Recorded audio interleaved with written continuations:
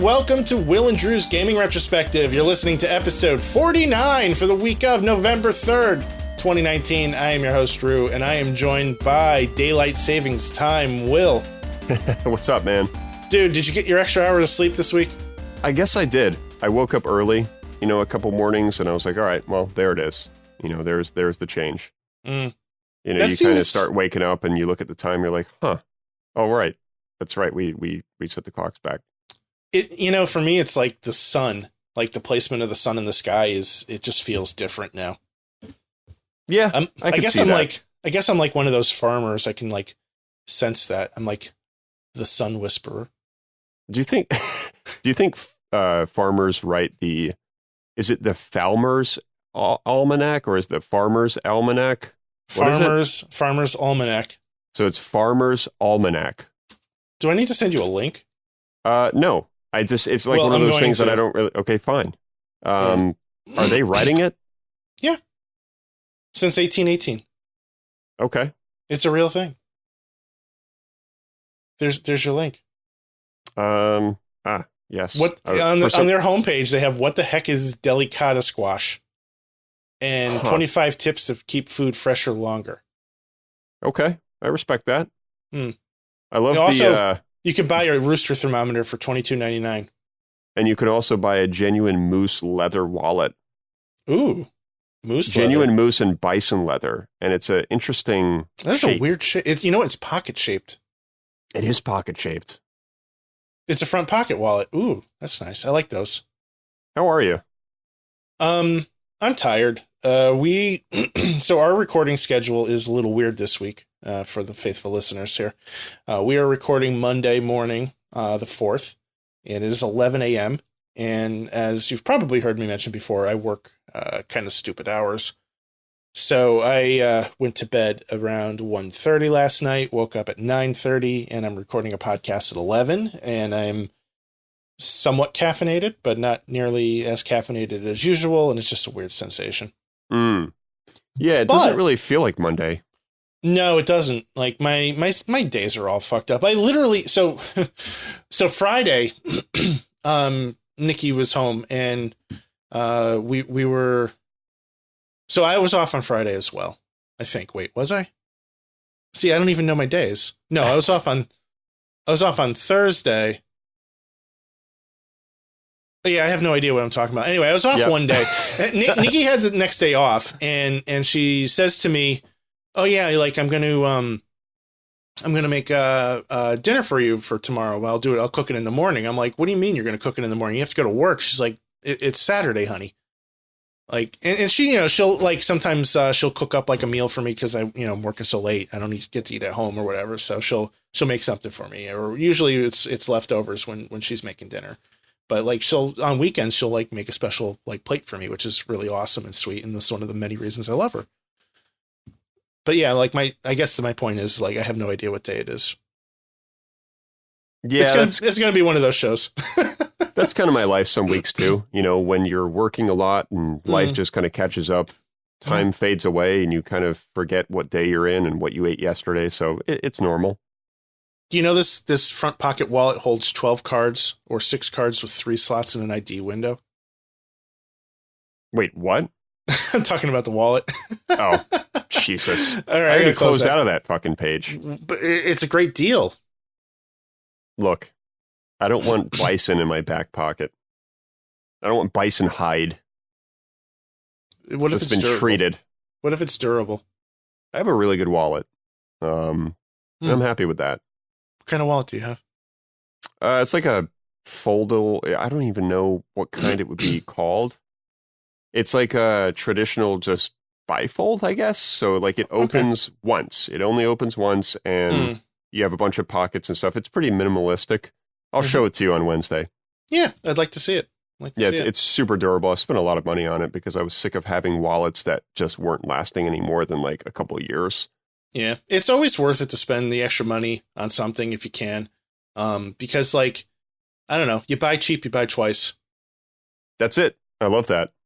So, I heard this mantra years ago. It's like somebody said, I can't afford to buy cheap.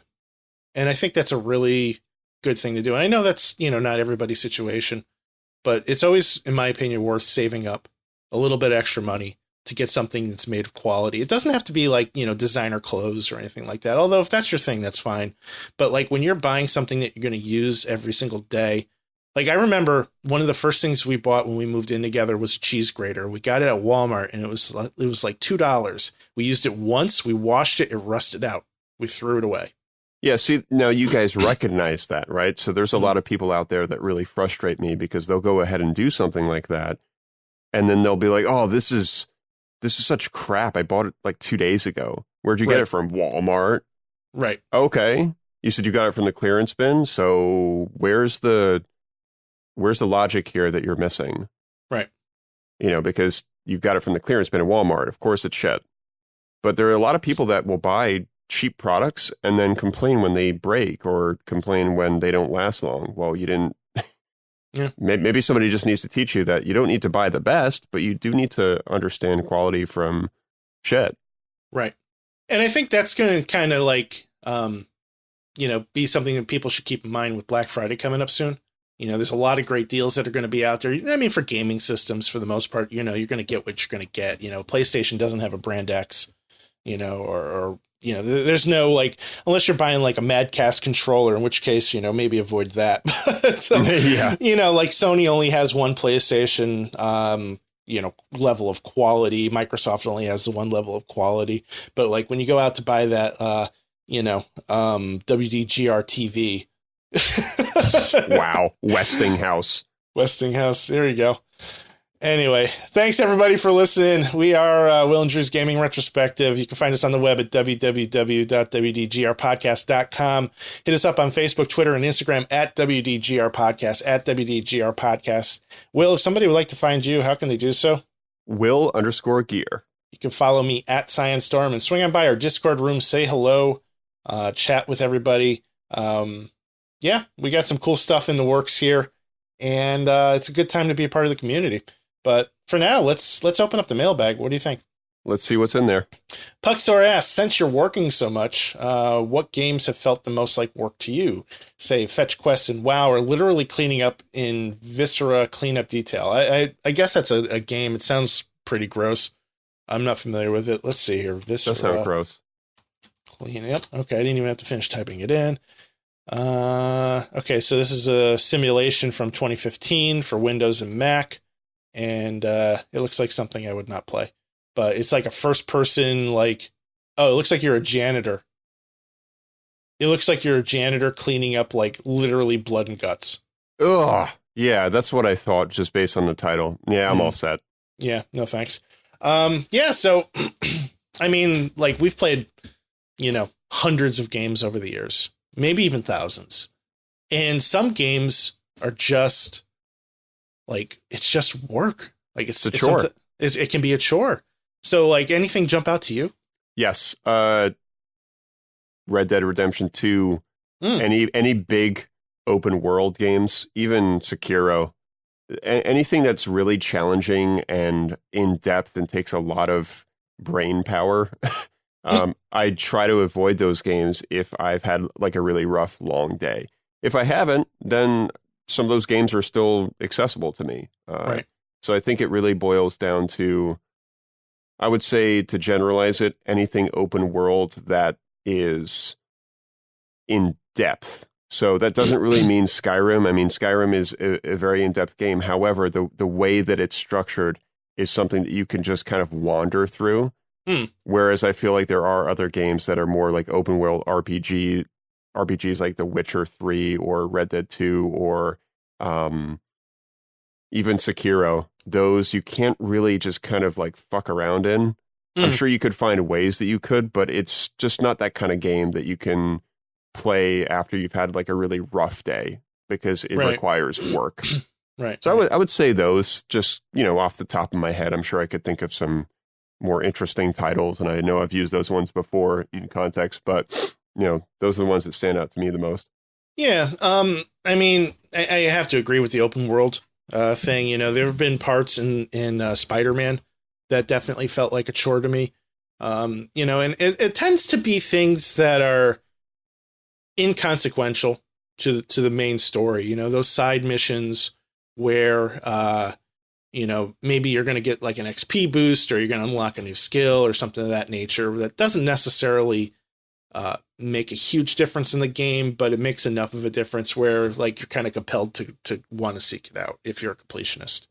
I would also add, in addition to what I had said before, anything that is heavily mission based, if there's something that I know is going to take a long time, like I know what I have to do in Sekiro right now, and that's to beat a very difficult boss. That would be another factor for me. That's the last thing I want to do if I've been working a ton throughout the week. I'm probably going to want to fire up Tetris Effect or Mario Kart with Lauren or some indie game or maybe even Skyrim and just do a quick side mission that I know isn't going to take long and I can get lost while I do it. Right. Yeah, I think that's always a good thing to have in your back pocket, just something you can kind of throw on and just zone out with. Yeah, absolutely. JRPGs for me have a tendency to be kind of work. Yes. I love JRPGs, but every single JRPG that I've played at one point or another has just devolved into me just pressing the attack button over and over again as fast as possible so I can get through the battles as fast as possible. You know, it's a really good point because a lot of JRPGs, as we know, are often turn-based, and that can be really the last thing you want to do. There have been some days where I've literally fallen asleep on the sofa. like I'm sitting there with a controller in my hand and I'm playing.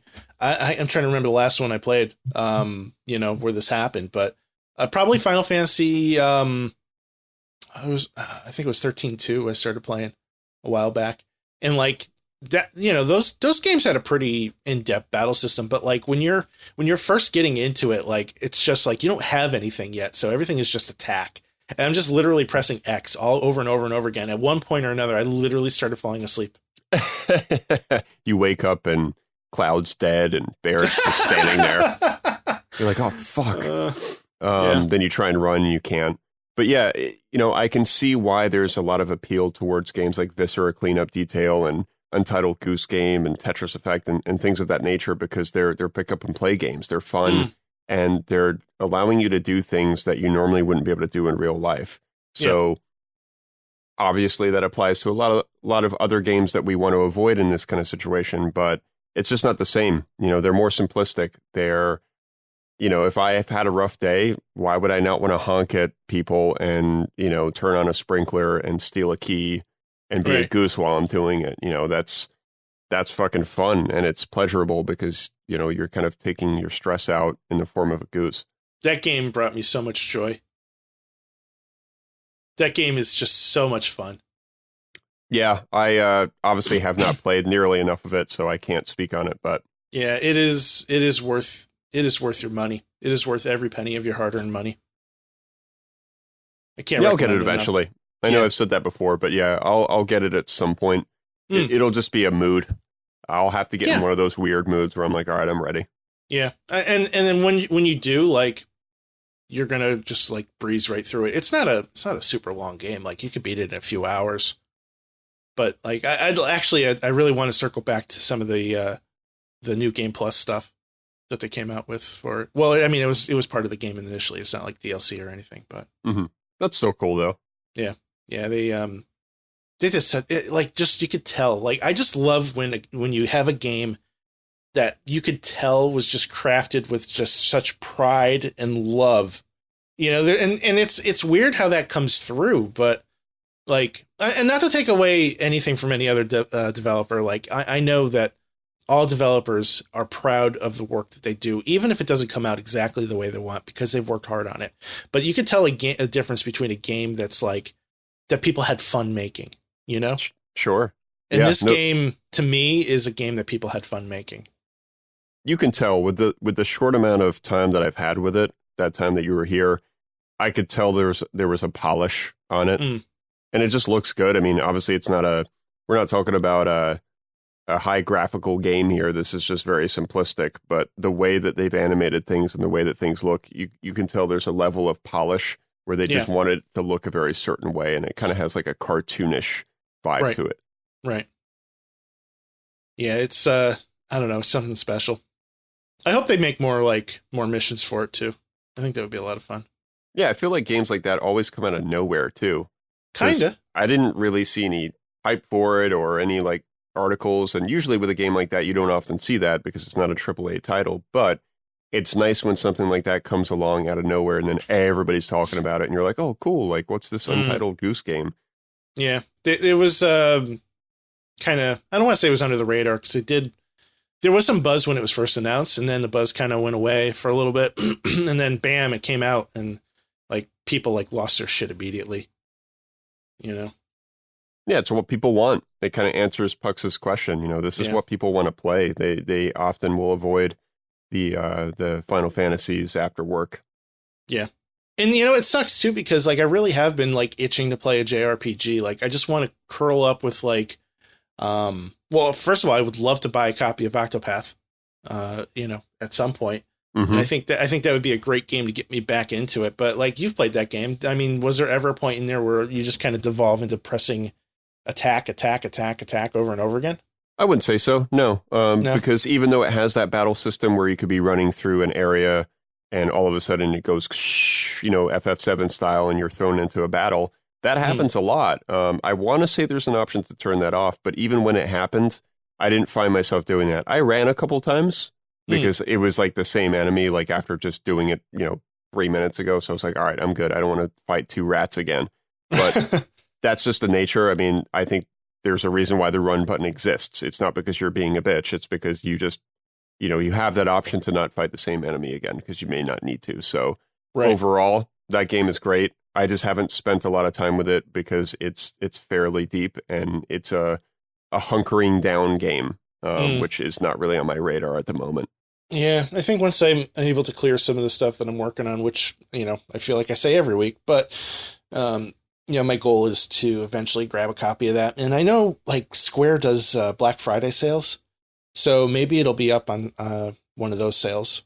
That would be the time because it seemed to hold its value for quite some time now. Yeah, I keep looking at it, and I really don't want to spend $50 in the game, but, like, I haven't seen it drop below 45 yet. Yeah, which kind of brings me some joy because maybe it's still doing well, and I think it's worth the money. But right now, in your kind of position, I would definitely wait just because it's not worth that investment with what you have ahead of you. No. That's it for the mailbag, Will. So, folks, if you ever have any questions, anything you want to ask the group, ask us, head on over to our Discord room. That's the best way to get in touch with us. The link will be in the show notes below. And let's dive into our main topic for today. Death Stranding comes out on Friday the 8th, which would be the day that this episode is released. And the reviews have been polarizing, I guess is probably a good way to put it. I think the reviews of them in general have been kind of mixed but trending positive. Yes. Would that be a good way to put it? I would say so. I would say that I'm slightly alarmed because before we did the show, I went on IGN, which I don't really visit anymore, and I read their review. I didn't really read it. I just kind of scrolled to the bottom to see what score they gave it, and they gave it like a 6.8, and I was like, oof. Normally, they're known for giving fairly high reviews, but apparently lately they've been giving some, I guess, more fair reviews, according to some folks. But yeah, it was a little shocking to see that. Most of the reviews that I've seen and just kind of scanned over, because I'm very spoiler-free with this game, have been generally very positive. Right. People have definitely spoken about the weirdness of this game, and I'm, you know, not surprised about that at all, because the trailers and the hype for this game has been fairly distant and weird, and very cryptic in a lot of ways. And now that the game is out, it hasn't really... It solved some of that, but it hasn't really answered everything, and I kind of like that. But yeah, overall, man, reviews seem to be generally positive, and I'm still very excited to play it. Metacritic has an 84% Metascore out of 74 critics, which is a high volume of critics, but like, you know, they're I don't know what their criteria for being a critic is, but I mean, like, here's a site called Atomics that gave it a 100, and I mean, I'm looking at, let's see here, let me look at Atomics. I mean, Atomics looks like a pretty legit site. Well, that's just it. Like, you know how like a lot of movies or TV shows will have like all these rave reviews, and then when you read where the review's coming from, it's like you don't know what it's from. Right. You're like, I've never heard of that. Like, who's that? Right. So it can be misleading because you can see a photo with, 15 different 5-star reviews, and then in tiny little text underneath, it gives you those obscure websites. Right. So that's fine. But it can be misleading because somebody could see that and say, oh man, it's getting straight 10s and this and that. And no, everybody gave it 10s. And you start fooling yourself that everybody gave it 10s. And then you come across IGN, which is fairly reputable and trusted. And then you see that they gave it a 6.8. So then it kind of makes you realize, okay, maybe I need to start looking at my sources a little bit better. On the flip side, IGN Spain gave it an 87. So, yeah, it's just, I think it really boils down to what the reviewer likes and what they're looking for, and I think that, with any game, you really need to take a review with a grain of salt. It's like, look at it, you got to read it, and make a determination based on your own preferences, whether or not this is something that you're going to want to invest in. And I know, like, you're already planning on buying it day one. Yes, I'm in. I wasn't in, like, from the very beginning, though, which is interesting because we all know how big of a Kojima fan I am. But I was a little unsure about this one because I really wasn't sure where it was going to go story-wise and all that stuff. And I still don't know. But based on what I've seen, like spoiler-free kind of sort of videos that I've seen on YouTube of some gameplay and this and that has sold me. And then the reviews that I have seen have sold me. And then the third thing would be the love that I do have for Kojima. So when you combine all of those things, it creates a cocktail or a purchase. So what are you looking forward to, like, with this whole experience? Like, tell me about your mindset when you're going to sit down with this game for the first time. Like, what are you expecting? Sure. I'd be happy to explain. I'm expecting absolute weirdness, which I'm totally ready for. This is going to be Lauren, I need like a couple hours here, so just don't bug me. I'm going to put on my gaming headset and I'm going to tune right in. So this is potentially, I might even move the PS4 back to the big screen to load this up because I just want to experience it that way. But I want to plug right in. I want to see whatever's going to hit me. And I don't care how weird it is. I'm going to just kind of let it flow. And I'm really excited for the exploration side of things because the world itself looks kind of dark and depressing, and it's beautiful at the same time. Like, you can come across waterfalls, and it's very big and open from what I've seen, and it looks very sort of mountainous, and there's a lot of mountain climbing. Apparently it has a Skyrim kind of a promise where you can really go anywhere, except this time it looks like they've really delivered on that. There are areas in Skyrim that are somewhat unattainable to get to, but with Death Stranding, it really looks like you can simply go anywhere. It's going to be difficult to do that, but they give you tools that get you there. So I'm excited for that. I'm excited to learn more about all this stuff that you have to carry on your back.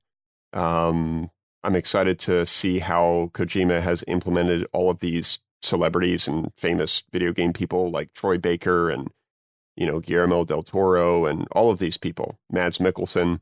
I'm curious to see what his character's all about because he seems to be a big player in this game.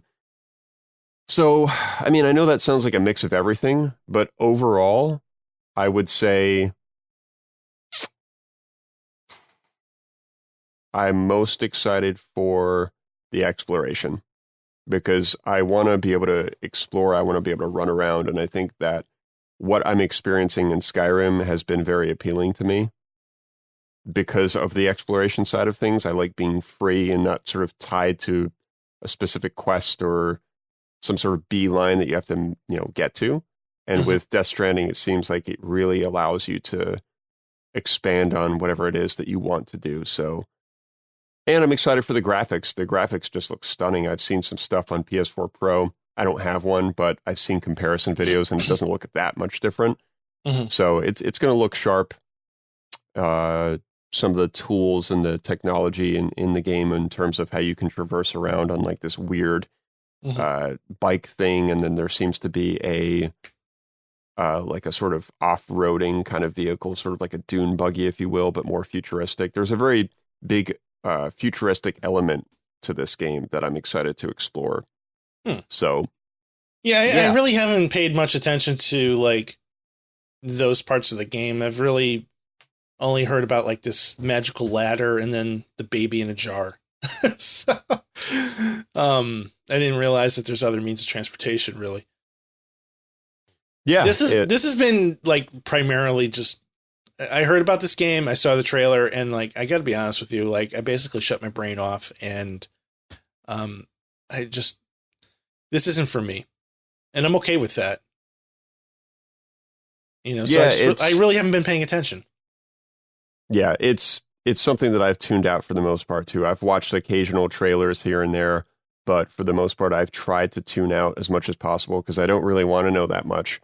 I felt compelled to watch a video on YouTube. It was from PlayStation Access. It's one of my favorite channels on there. A bunch of British dudes that review stuff and just show sort of highlight videos. And the video I watched wasn't even really a review. It was almost kind of like a gameplay video where they talked over some things that you can do, but at the same time they didn't spoil anything. So it was interesting, and it was perfect because it was able to sell me on the game without reviewing it, without giving it a score or anything, and without spoiling anything. So it was kind of just perfect. I don't really know how to explain it. I got to go back and find out how they kind of titled the video, because they titled it a certain way that didn't say review. It was something like, I think it was impressions so far. It was like one of those kind of things.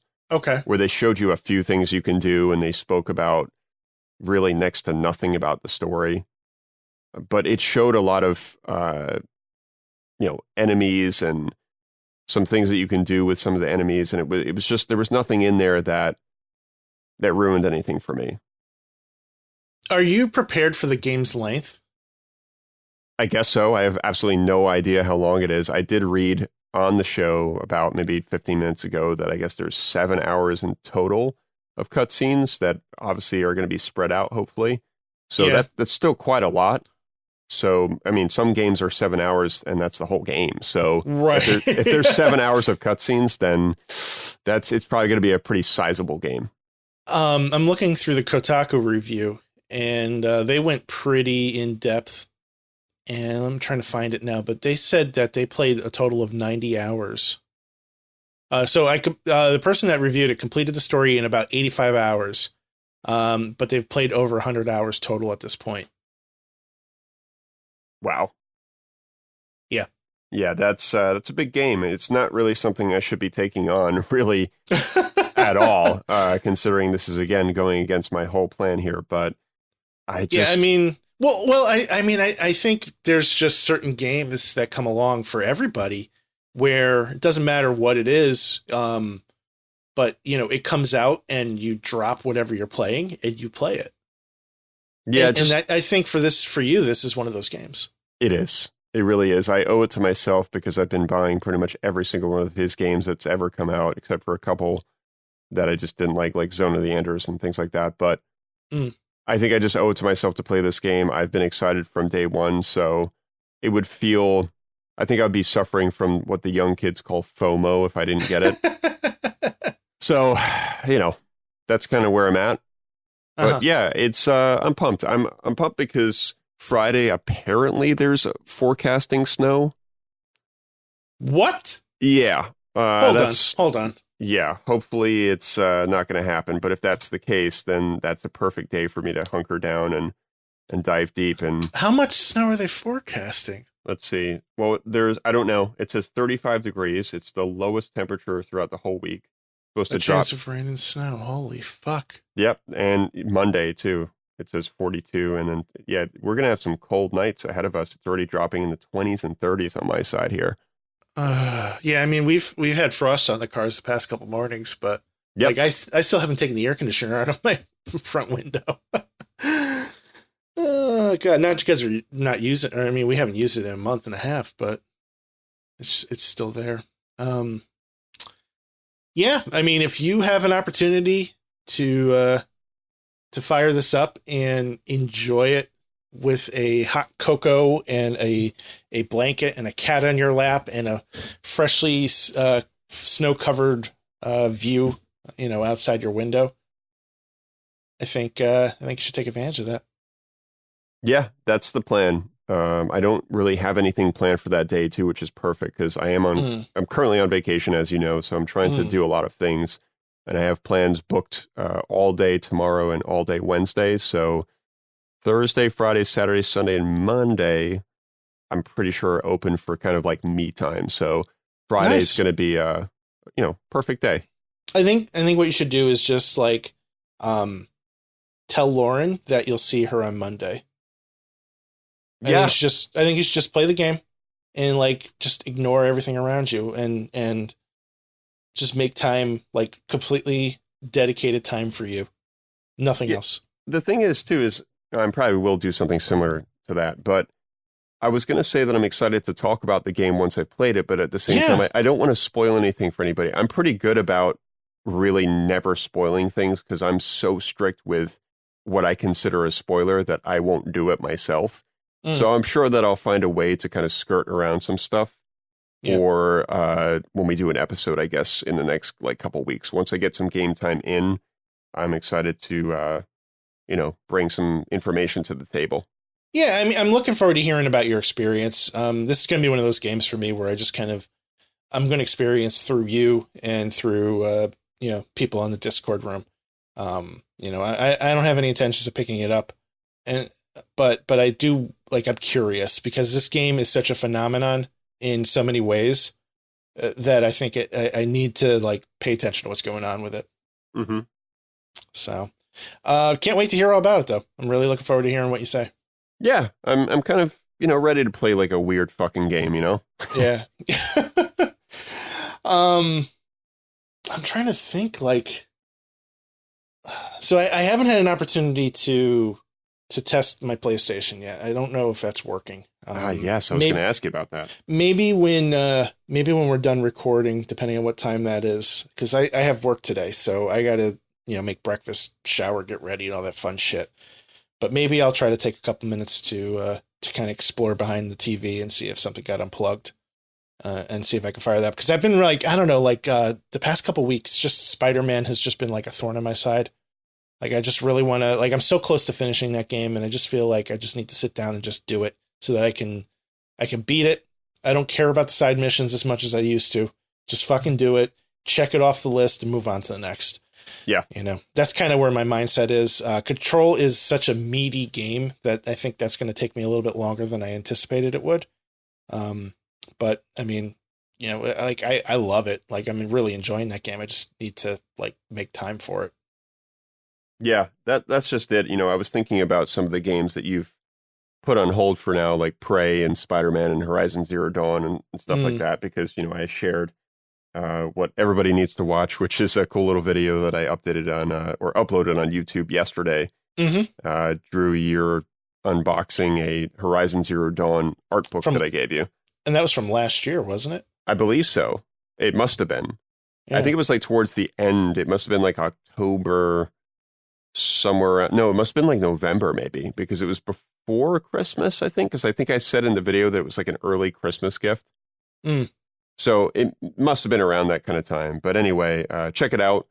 But when I watched it, it made me think about Prey. And because I was talking about those games then, wasn't I? You were talking about them then. And then I thought, man, like, that was such a cool art book. I wonder if he's, still kind of plugging away at that every once in a while. Yeah, I mean, I haven't really used my PlayStation much lately, so I haven't put a lot of time into Horizon in a few months. I've been kind of, I don't know, like I've been just really enjoying the Xbox and, with Control, and there were a couple other games that came out on Games Pass that I've been kind of fucking around with. And then the Switch, so the PlayStation, I don't want to say it's like my number 3 right now, but it definitely hasn't been used recently, which is one of the reasons why I was so disappointed when I finally went to turn it on. Like, it didn't turn on. Jeez. So, like, I'm like, I'm in a PlayStation mood tonight. Let me fire up Spider-Man. No, nope, not gonna happen. So, but that is a goal of mine. If it is in fact dead, I guess I'll just start putting some money aside for the Pro. But I'm not gonna have enough for in time for like Black Friday, which makes me sad because, you know, that would be the perfect time to pick it up. You know, there's going to be all kinds of sales. Yeah, there will be. And, you know, circling back to Black Friday, that is definitely the opportunity for gaming purchases because fuck Westinghouse. All right. I'm sick of hearing about, oh my God, dude, I got this 65-inch TV for like $199 on Black Friday. Yeah. Okay. Well, I guarantee it's probably shite. Shite. I really enjoyed the inflection you put on that. You gave it like this nice little spin. I tried to because I was watching a program on Scotland earlier, so tried to put a little Scottish twist on it. My motherland. Are you Scottish? I am. My mother's side of the family was very Scottish. So, that's cool, man. I want to go there so bad. Oh my God, it looks like stunning. Oh man, everything. It looks like Death Stranding. Yes, it kind of does, and that's not an insult. It's not an insult. No, I just want to go to I want to go to so many of the Scotch distilleries. I want to basically I want to take the Ron Swanson tour. The Ron Swanson. Yeah, like there's an episode of Parks and Rec where he goes to Scotland, and it just, I don't know, just watching that just warms my heart. Every time I see the Scottish Highlands, I just feel like I'm being called there. Does that make sense? Like, yeah. I know that's like so cliche. I mean, it's honestly, like, I haven't even told you about like my love for Scotland because I've been speaking about it for at least like maybe a year or so, because for whatever reason, I've just always wanted to go there. And I felt like it's been calling me because I just kind of enjoyed the idea of a country that isn't celebrated that much. Yeah. Every time you hear about people traveling, they always want to go to the same fucking places. Italy, France. No, it's not even Italy or France. It's always like Paris, France, or it's like, Barcelona, Spain. And like, I get it, but like, how about, I want to go to Provence, or I want to go to France and explore the country, or I want to go to, Spain and explore the country. Like it's so much about just like these stereotypical places that we all hear about. Yeah. And if it's not there, it's somewhere in Europe, it's always somewhere tropical. Like, oh, I'm going to like Turks and Caicos. Awesome. But there's only so much that you can do in those kind of environments because they're all just beaches and tropical life. You know, I get it. Right. It's cool. But I want to go to like the salt and the earth and the land of Scotland. And it's so earthy and green there and brown. And it just seems so untouched. Yeah. And I think that's what's most appealing to me. And Lauren and I agreed that we wanted to do some sort of backpacking honeymoon there. Oh, that'd be awesome. I just said it like on a whim one day. I was like, dude, like I really want to go to Scotland. Let's just throw in a couple backpacks and walk around and just explore the country as a honeymoon. And she's like, sure. And I'm like, wait, what? I was like, you're agreeing to this? Like, we don't have to go on some fucking carnival cruise and deal with the masses of people all wanting to go on like excursions to ride dolphins? Like, fuck that, dude. Like, I'd rather go to a kind of an obscure country and experience a different culture and learn more about the history of William Wallace and all this other cool shit. Yep, I'm with you 100% there. So that is my number one spot. You and I are on the same. Yeah, that's my number one, and Japan's countryside is my number two. Absolutely. Yeah, there's just so much to see in the world, and it just pains me when I hear about those typical trips that people want to take. Yeah. Because they think that that's like all there is. You're like, oh, dude, no, there's only Barcelona, there's only Hawaii, there's only Paris. I want to go to Italy to like go and have pasta. Yeah, but like Italy's huge. Like, how about exploring like Tuscany and shit? Right. Like, you know, it's gorgeous. Like some of those countries are just filled with things to do. And then same with England. Oh yeah, I'm going to London next year. Awesome. England's fucking huge. Right. There's more than just a city. But that's just my little rant. I could talk about that for a while because I get really like, irritated with people about that. No, man, I'm with you 100% on all that. That resonates with me. All right, so video games. Yeah, back to video games. Yeah, we're struggling today, folks. Well, so let's see here. I'm trying to like think of a nice segue into the next topic because I don't really have one. So after Death Stranding, like, is there anything else on your radar? Like, Yeah, I think it's the same lineup, the Skyrim, Sekiro, Strider lineup, so basically. just kind of plugging away at the stuff you already have. Plug it away. The way I see it is like I've just got a couple bags of leaves that I just got to tie up and throw out. Like that's kind of Yeah. that's kind of where I'm at. Yeah. That's maybe not the best metaphor, but because I don't want to throw these things out. But that is the way that I see it. I've just got to get these things cleaned up and put away. Mm-hmm. And yeah, I was actually very inspired to go back to Sekiro after I'm done dabbling around with some stuff after I wrote that Cool Games post last night. Mm-hmm. And I was like, man, there's so much here that I haven't explored yet. And I couldn't even talk about the game really fully because there's just so much I haven't done. Right. So once I had finished up the post, I was like, man, I got to get back to this game, dude. Like, I was in love with it when I started. I still am in love with it. I'm just not giving it enough time. I've just got to get past the fear of this boss. I did load it up recently, and I fought him a couple times, and I'm like, yeah, I'm still going through the same motions where he keeps hitting me at the same spot. So clearly, I just need to either just figure it out on my own, or watch a video, or break out my my Bible of a guide for that game and just figure out what I need to do and what I need to fix to just get him Right. beat. But I want to experience the story more. I read that there's a lot of really cool mythology that's implemented in the game and within the story, and I'm really excited to learn more about that. Have yeah, do you have any idea like how far into the game you are? Not really. I probably could find out fairly easily. Like I said, I do have the guide, so I could probably just look and then realize how many more pages of game that I would have to get through. But I would say I'm probably not halfway. I would say maybe a quarter way through, which doesn't sound like a lot, but it's a fairly sizable game. There's a ton of mini bosses. There's a ton of bosses. There's just so many different areas to explore. I've unlocked some areas that I know I'm not destined to access yet, meaning that when I've gone there, I know that I'm not like at the right level to be dealing with those kinds of foes. So this is like, it's not like a Metroidvania. It's more like a level gate. No, I can't really relate to that very much because I'm not super big into that style of game. But I can say that it's structured the same way that Dark Souls is. Like you can get to a bonfire or an area that you know is you're not ready for because the enemies are tough as nails. So that's the way that this game works. Is you can unlock an area and just realize right away, like, either I'm just going to try and do this, or I just going to play it safe and know that this is not the right time. Gotcha. All right, that makes sense. Makes sense. That's all I got.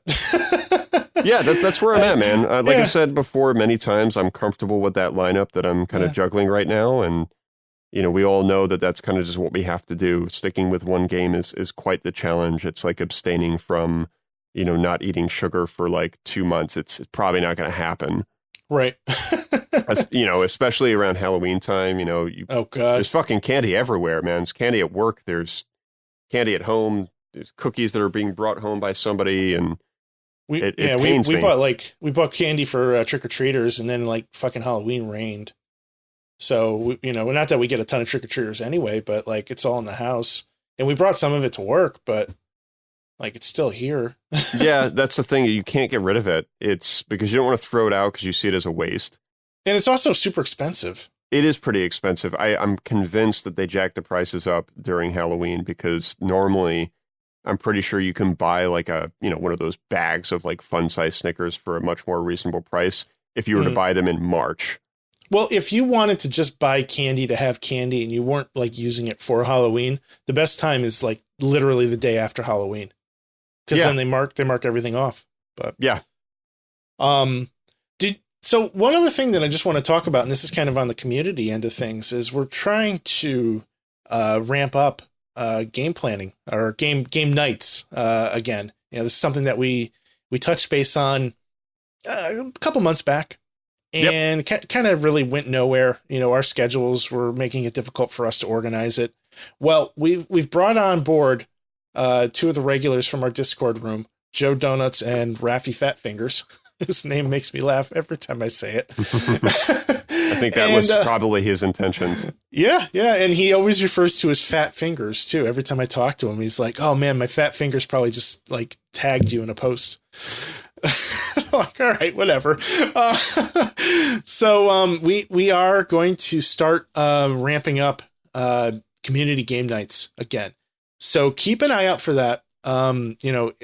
Depending on what we plan, you may hear something at the beginning of this episode. If something is put together in time for this release, maybe I'll throw in like a commercial at the start of the show. I don't know yet, but as of recording right now, we haven't committed to anything yet. But if you're interested in playing with us, get involved. Come on by the Discord room. That really is the best way to keep in touch with us. We'll plug it on social media as well too. And I'm not sure what we're playing first yet, but that new Call of Duty is kind of leading the pack right now. Yeah, it absolutely is. And, for good reason. We all know the capabilities of the crossplay here. So it seems like the best bet for the moment. Yeah, it's definitely a situation where we're trying to make this as open to as many people as possible. And the crossplay, I think, is going to be the deciding factor in that. So hopefully in more games as they come out, we'll take advantage of the crossplay. I think that's going to be a big thing for any kind of a community. I don't know if I'm going to pick up the game. I'd like to, but I don't know if I'll be able to attend the first game night. It might be all you, Will. Yeah, it's tough, man. That's one of the reasons why this thing hasn't really taken off, because it's hard when you have a bunch of different consoles, a bunch of different people, a bunch of different work times. It's a hard thing to organize, but if we can lock something down and find a way to just kind of get it done, is really the only approach we have. So we're hoping it works out. I hope, like you said, that more games take advantage of this feature, because I think it could be the only hope here, because there are some camps where we have PS4 people and we have Xbox One people, and then we have people that are in both camps. So, that's one of the big factors that makes it quite a challenge sometimes. Yeah, absolutely. I know Rocket League supports crossplay too. Yeah, so that's the thing, is like there are some games on the table here that I don't want to fucking play. I really have no interest in Rocket League at all. I've tried it. I watched Vic play it. It's not my kind of game whatsoever. Because it's just not, dude. It's just, I can't really describe why it isn't, but it's just, I have absolutely zero interest in playing that game. And I know somebody could tell me to the fucking cows come home, like how fun it is. Nope. That's kind of just where I'm at. I mean, if it's not for you, it's not for you. That's okay. Right. Like, that'll be something that maybe I would play instead. And that's where it gets tough too, because once it comes down to deciding on a game, it's a challenge for some folks, because maybe they don't want to invest the money in a game that they don't really want to play, but then 5 other people do want to play it. So then it makes that part challenging. However, I think if we maybe take the approach that we may be leaning towards, which is where one person that maybe doesn't want to play Rocket League just doesn't get involved in that particular game night. It's that simple. Yeah, I don't think there's anything wrong with that. Yeah, so it makes it even and fair for everybody. Everybody's got at least one game that we can all play, and you just kind of mix it around. Yeah, and as things progress too, we can try to come up with more specific game nights too, where maybe we're playing an Xbox game that doesn't have any kind of crossplay, or a PlayStation game that doesn't have crossplay, or whatever, so it's something that's evolving, but something that is actively in the works. And I'm excited to have Joe and Raph leading the way with this. And, I think they're both going to be great additions to the team making this happen. They both have experience organizing these types of things before, whereas neither one of us have any experience. Yep. So it's going to be good. So keep an eye out for that, folks. And be sure to join in.